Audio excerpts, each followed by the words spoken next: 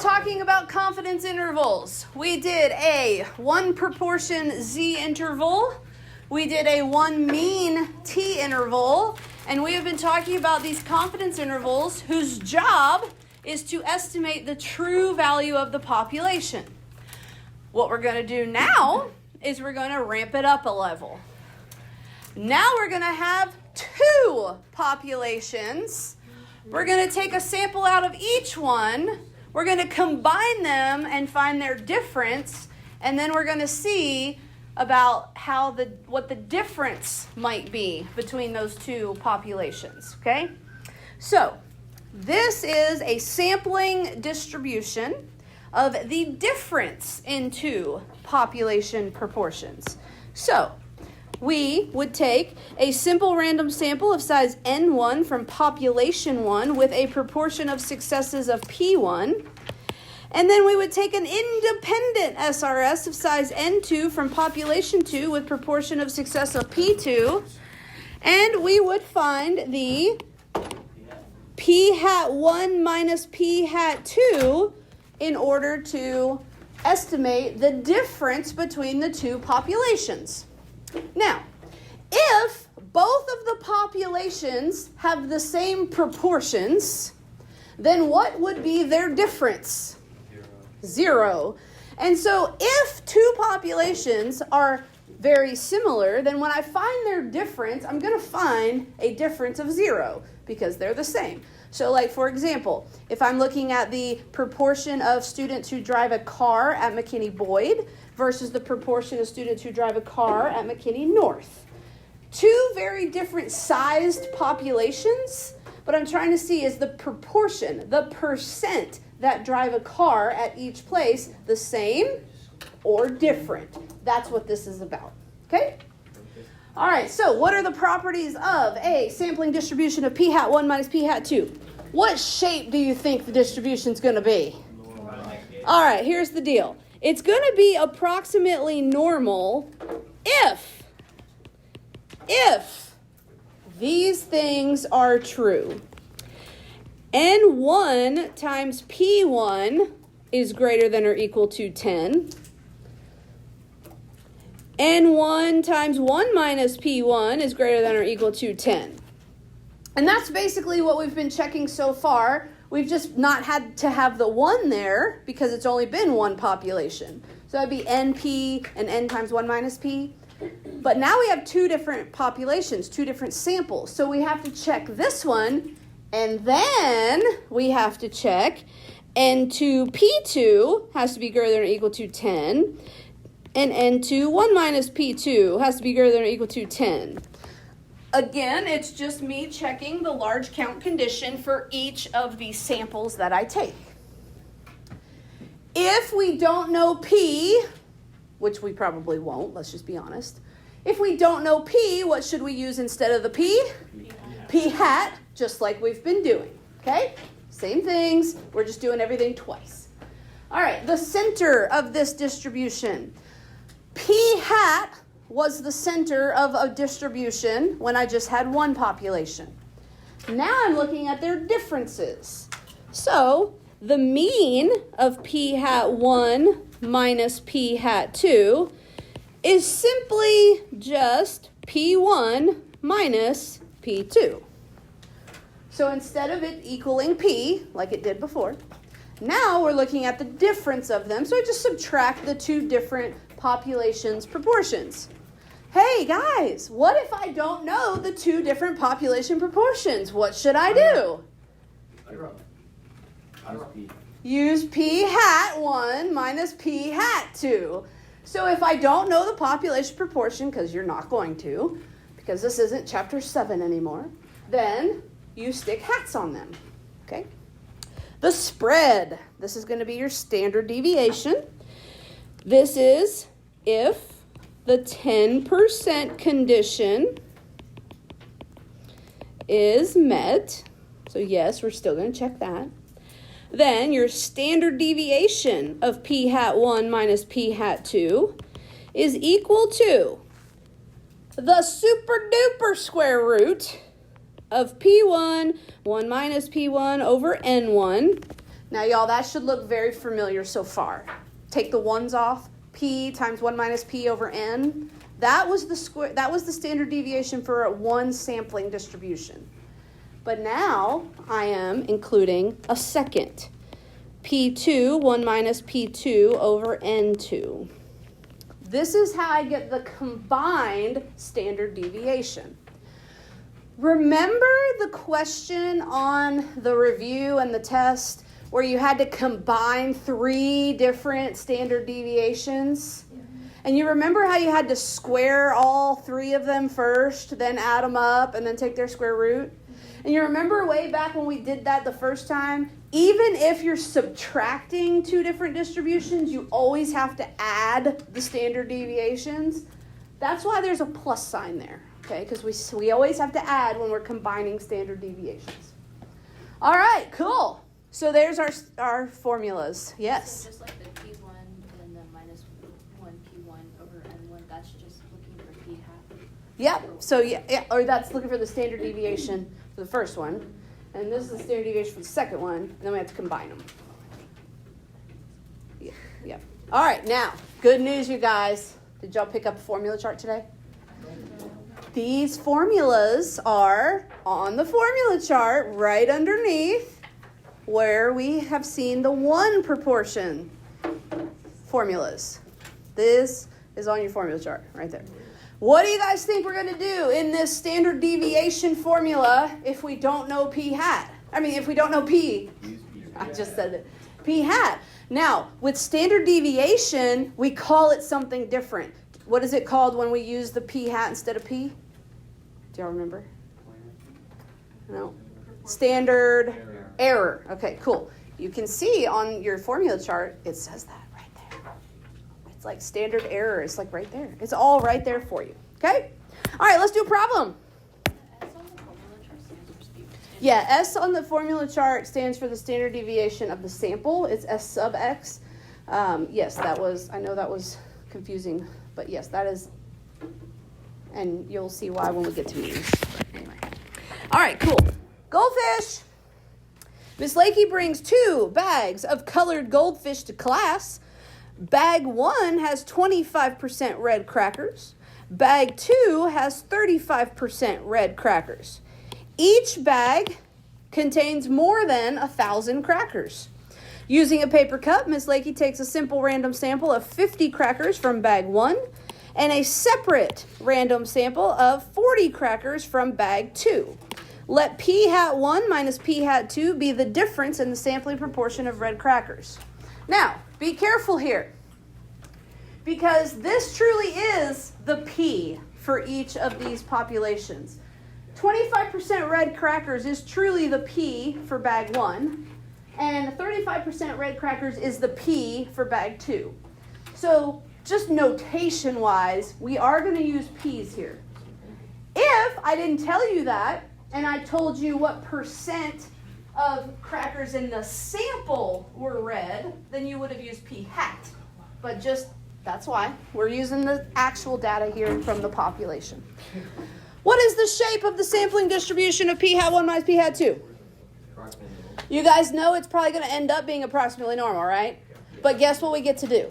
Math. We got to do math to check and make sure. So let's do it. N1 P1 equals, what is the sample size from the first bag? 50. What is the proportion of red crackers in the first bag? 0.25 or 1/4. What is 50 times 0.25? What is it? All right, 12.5. Now, when we are doing these values, we are getting a number of successes. That needs to be an integer. So I need to round that to the nearest integer. So what would 12.5 be if I round it regular rounding? 13. That is 13. Okay, cool. Now I'm going to do N1, 1 minus P1. 50 times 0.75. Yes, that would be.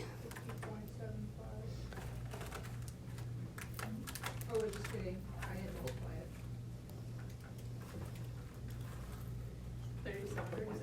That's 37.5, and if I round that, that's 38. Just like regular rounding, so anything 0.5 or higher goes up, 0.4 or lower goes down. Just regular round. They're just whole numbers? Yeah, just whole numbers. All right, cool. Now, next, N2P2. This is, what is the sample size from the second bag? 40. That's 40. What is the proportion of red from the second bag? 0.35. And so what is 40 times 0.35? I'm sorry? 14. 14? Yeah. Just 14? Yeah. Okay, perfect. All right, and then N2 1 minus P2. This is 40 times 0.65. And so how many is that? That's 26. Hey, guess what? All of these are greater than or equal to 10. And so my sampling distribution of P hat 1 minus P hat 2 is approximately normal. Woohoo! Who's excited? It's the best news you've heard all day. We Okay? have to write that the sampling distribution is normal. Yep, you have to write that the sampling distribution is approximately normal. Why did you do all that math? Well, you're telling people why you did all that math is to make sure that the sampling distribution was approximately normal. All right, now we're going to find the mean of the sampling distribution.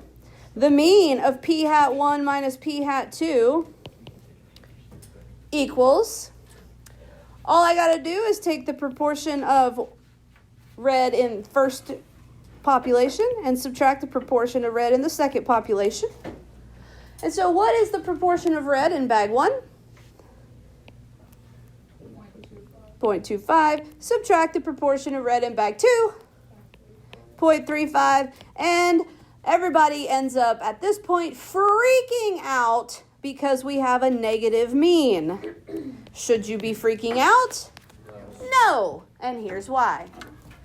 What is the negative telling you? The second distribution is greater. Exactly. The only reason that the negative is really there is just to alert you that the second distribution's proportion was bigger than the first. This would have been a positive number if I had switched these two around. Okay? It's just telling you, hey, the second number was bigger, so we got a negative. What's the 10% about? There is a 10% difference in the proportion of red crackers in each bag. Cool. So are these bags made up the same in regards to their red crackers? No, they're different. How are they different? There's a 10% difference, and bag 2 has a higher percent of red crackers. That's what all that one little number tells you. It is totally fine to get a negative mean. Can you get a negative standard deviation? Absolutely not. If you start getting negative standard deviations, you're doing something very weird. Okay? So let's find the standard deviation of the sampling distribution of P hat 1 minus P hat 2.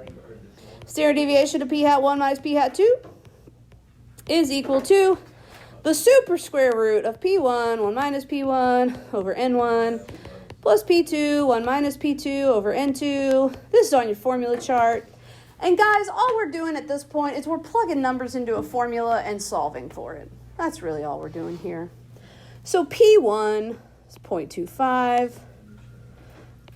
The complement of that is 0.75. The sample size from the first population was 50. 0.35 is the P2. 0.65 is the complement of that. 40 was my sample size. And all you're doing now, you guys, is chugging. You're plugging and chugging. Chug, chug, chug. With your calculator. Plug and chug with your calculator. You're just plugging all these numbers in, seeing what you get. This is the standard deviation of the sample distribution of P hat 1 minus P hat 2.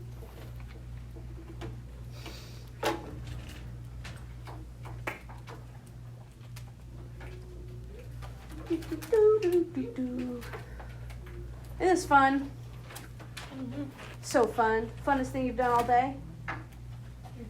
Heck yeah. We could just like plug it in all in and then the right answer. Yeah. I mean, as long as you, sometimes you gotta make sure you got parentheses and all that fun stuff. So yeah, I mean, just be careful how you plug it in and you should get the right answer. Or you can do little pieces of it and however you want to use your calculator. All right, who thinks they got it? What do you think it is? 0.097. Anyone else get that? A third person? Okay, sold. I'll take it. 0.097. This is the standard deviation of p hat 1 minus p hat 2. Do you have any questions about this? For the mean, it's like the total difference between the amount of difference between the amount of crackers and bread. The red crackers. The proportion of red crackers. Yes. Yeah. You would have to get all of the numbers to be able to plug it all in. Every dang number is given. Yeah. Every time. Yes. I have a question. Yeah. Are we supposed to have to interpret in this unit? Yeah, so, yes, we're going to be doing all that too. Now, I want to show you guys why you might need to do all of this work, right? So, like, what's the point at this point now, okay? This is not in your notes, but I'm going to show it to you because this, at this point, is like, why did I do all of this? So, I'm going to show it to you and explain why you might have done all of this, okay? So here it is. It's like I did it. Right here. Okay, so why? This is, again, not in your notes. If you want to turn over on the back and use the bottom half of the back, you can. But this is why you might have done all of that work. Maybe now, after doing all that work, I say to you, hey, what's the probability that the proportion of red crackers from bag 1 is bigger than bag 2's proportion? If you want to write this down, you can write this down on the back side of your notes on the bottom half. I apologize, I should have put this in your notes, but I forgot. But this is basically like, why did I do all that work? Why did I find the mean and the standard deviation and make sure that it's normal? This would be a question that I might ask, like part D, okay? Find the probability that the proportion of red crackers from bag 1 is bigger than bag 2's proportion. And I'm talking about like in the sample, okay? So this question is asking you this. What's the probability that p hat 1 is greater than p hat 2? That's really what I'm asking you in notation form. I'm asking you what's the probability that the sample from bag 1 has a higher proportion of red crackers than the sample from bag 2. Okay, that's what the question is. How do I find this? Well, here's the deal. This is equivalent to the probability of p hat 1 minus p hat 2 being greater than 0. This is equivalent to the probability of p hat 1 minus p hat 2 being greater than 0. So, what do I do? Well, we know the shape of the p hat 1 minus p hat 2 distribution, don't we? Yeah. What did we verify it to be? It's approximately normal. And we know the mean of the p hat 1 minus p hat 2 distribution, don't we? It's negative 0.1. And we know the standard deviation of this distribution, don't we? It's 0.9097. And so, couldn't I then use that information to answer this question? You tell me. The mean. This distribution is the distribution of p hat 1 minus p hat 2. And if I'm trying to find the probability of p hat 1 minus p hat 2 being greater than 0, aren't I just trying to find that section of this graph? Yeah, I don't believe And since this is a normal distribution with a mean of negative 0.1 and a standard deviation of 0.097, and I'm trying to find the probability that the difference between my two samples is greater than 0, because that would mean that the red one had a bigger proportion than the first one had a bigger proportion of red than the second, then that's what I'm asking. Do you see how this all comes together now? That, and then now, because you know it's normal, what do you use? Normal CDF. And now this is just an easy peasy normal CDF problem. So if we're looking for the probability, we use normal CDF? Yep, probability, normal CDF. Life is good. Cool? Cool. I apologize I did not put that in your notes, but that is why we would do all of this. Cool? Oh. All right, back to our regularly scheduled program. Confidence intervals for P1, P hat 1, P1 minus P2, whatever. All right, guys, you have learned 2 of 13 inference procedures. A 1 proportion Z interval, a 1 mean T interval. Here's number 3. This is a 2 proportion Z interval. This is a 2 prop Z interval. Why do you guys think this is called a 2 prop Z interval? Because there's going to be 2 proportions that are coming together, 2 samples, 2 populations, 2 of everything. Any guesses what the conditions might be that we're going to have to check? Random, independent, and normal. Okay, those are our 3 conditions. They're still there. They're still the same. And for random, we're going to make sure we have an SRS of size N1 from population 1. And then we're going to make sure we have an SRS of size N2 from population 2. Yay! Everything just twice. Independent. We're going to make sure that 10 times the first sample is less than the first population. And we're going to make sure 10 times the second sample is less than the second population.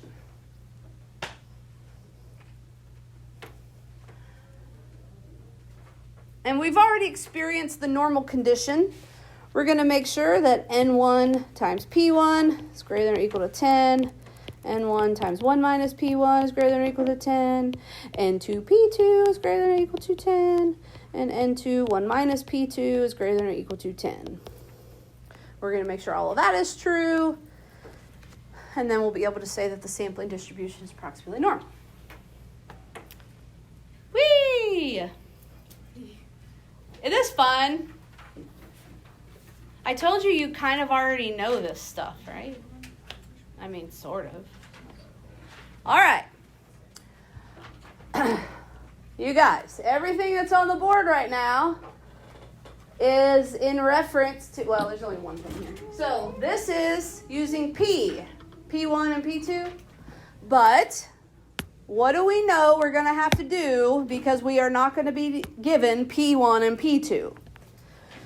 We're going to replace P1 and P2 with P hat 1 and P hat 2.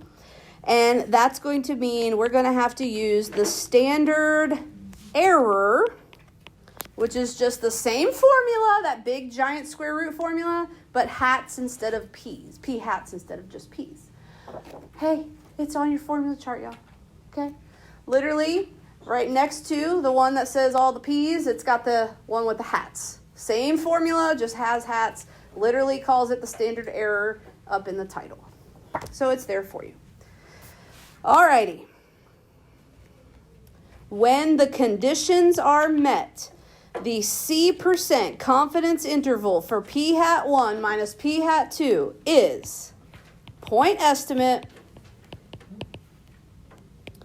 plus or minus the critical value times the standard error. So would that be the Z-star? Z-star? Yep. The point estimate is the mean. So that is the p hat 1 minus p hat 2.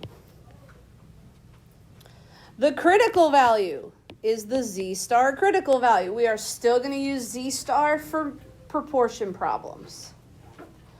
And the standard error, one more time, is p hat 1 minus p hat 1 over n1 plus p hat 2, 1 minus p hat 2 over n2.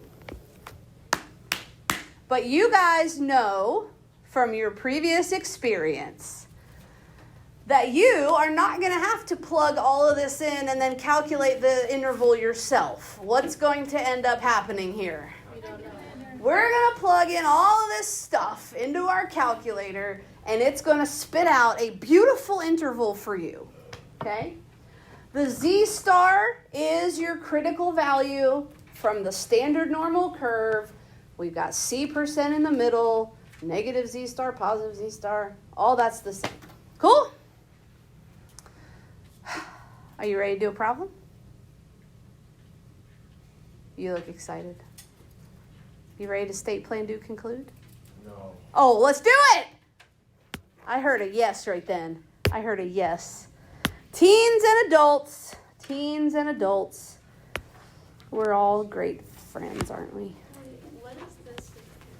There's nothing underneath that. That's just the final statement saying that we're using a Z-star critical value that goes from negative Z-star to positive Z-star with C% in the middle. It's basically this. It's just saying that we're doing like 95% here. This is negative Z-star. This is positive Z-star. That's all. All right, you guys, here it is. Let's do it.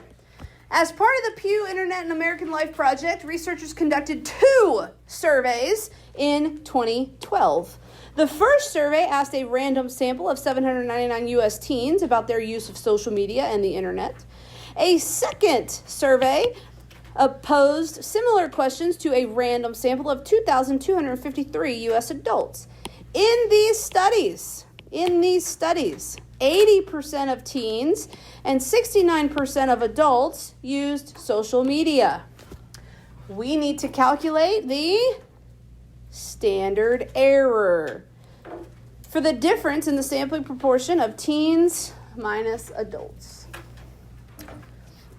The standard deviation of p hat 1 minus p hat 2 equals the square root of blah, blah, blah, blah, blah. You know the formula. So in the formula chart, p hat 1 minus p hat 1 over n1 plus p hat 2, 1 minus p hat 2 over n2. Wait, so how do you know this is P hat, not just P? Here's why I know this is p hat, not just p.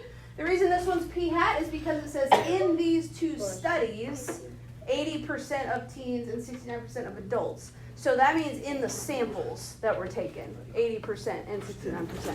So in these studies, not in the population, in these studies.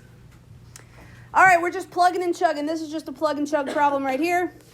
Super square root, 0.8, 0.2, 799, 0.69, 0.31, 2253.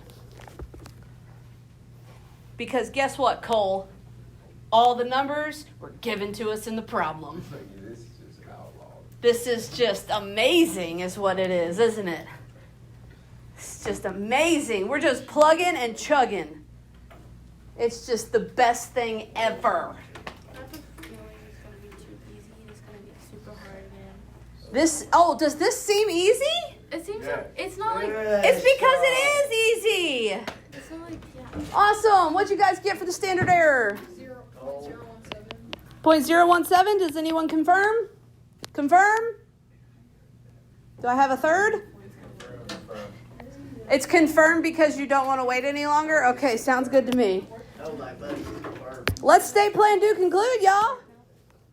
We're going to construct and interpret a 95% confidence interval for the difference between the proportion of U.S. teens and adults who use social media network sites. Are you ready? State. By the way, if you want to follow along, on the front side of this peach piece of paper, there's your whole state play and Duke and Clue right there. Can we use this on test? Oh, heck no. We will. What will we do? Estimate. The true. The true. Proportion. Oh, here's where it's different. The true difference in the proportion of U.S. teens and adults who use social media. We'll just say social media. And then at a 95% confidence level. Yeah! Introduction to what we're doing. Plan. Time to plan. Random. I'm so sorry, y'all. Random. We have an SRS of what? $7.99. 799 U.S. teens. But wait, there's more. We have an SRS of 2253 U.S. adults. Everything twice. I can barely fit one into the full space. Independent. All right, 10 times the first sample has to be less than the first population. So let's see.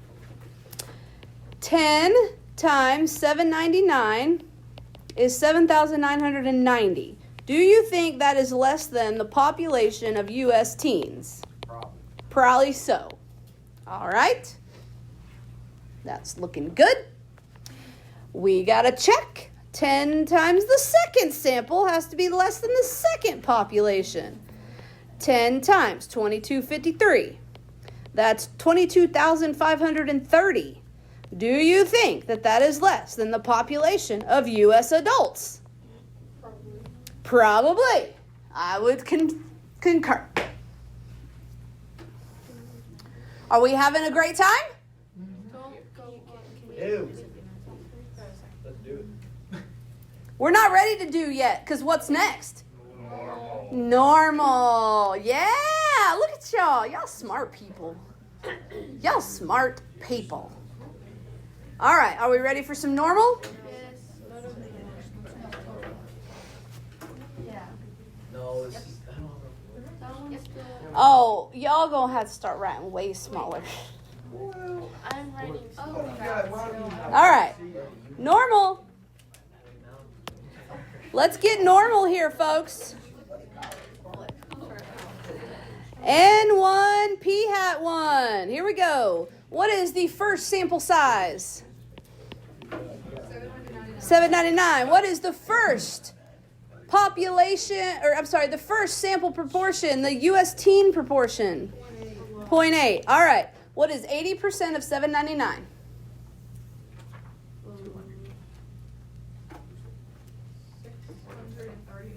All right. 639. Remember, you guys, these have to be integers because otherwise you're going to get errors in your calculator. Okay? Because these are the number of successes in the sample. So there were 639 U.S. teens that use social media. Now, we need to find out how many in the sample did not use social media. So that would be 799 times 0.2, which is just the complement of 639 in the sample. And so what is that? 160. Is it a coincidence that those two numbers add up to the sample size? Nope. No, and it should not be. Okay, very good. All right, we're halfway there for normal, you guys. N2 P hat 2. 2253 times 0.69. How many U.S. adults in the sample used social media? 13, APES test right now. 1,555. Can I be late to this class by like a little bit? Yes. Okay. All right, N2 1 minus P hat 2, 2253 times 0.31. And this is the number of U.S. adults in the sample that did not use social media. And we get 698. All right, you guys, look at this amazingness. All of this is greater than or equal to 10. So the sampling distribution of P hat 1 minus P hat 2 is approximately normal. Woohoo! All of our conditions are met. What do we get to do now? Let's do the do. All right, guys, we are going to use a 2 proportion Z interval. Okay, we're going to use a 2 proportion Z interval. Oh, I remember seeing that one's. Yeah, let's go to stat test. And we are looking for a 2 prop Z interval. 2 prop Z int. 6. It's not 6. 2 prop Z int. Oh. It is B. It's right underneath A. Woohoo! I was looking for the All right. First question is, what is X1? Here's the good news, you guys. You already found it. It is the number of successes from the first population. It's 639. You already calculated that number. It's the number of successes from the teen population. And then it wants to know N1. Well, that's 799. That's the number in this teen population sample. Then it wants to know X2. Guess what? You already calculated that. What is the number of successes or social media users in the adult population? 1555. What are you looking at? N2 was 2253. And then it wants to know your sea level. Don't forget, now this one does have to be a decimal. And we said we're doing a 95% confidence interval, so 0.95. And when you guys hit enter, your calculator does that ginormous formula for you. By the way, real quick, side note, what is the Z-star critical value that your calculator is using for you right now? 1.96, because this is a 95% confidence interval. Let's go. All right, what is the low estimate of the difference? What is the low estimate of the difference? 0.07, huh? 588, yep. What is the high estimate of the interval? 0.1? 0.14324? Okay. What do we do now? Conclude. What do we say here? I don't remember. We are. What are we? 95% confident that the interval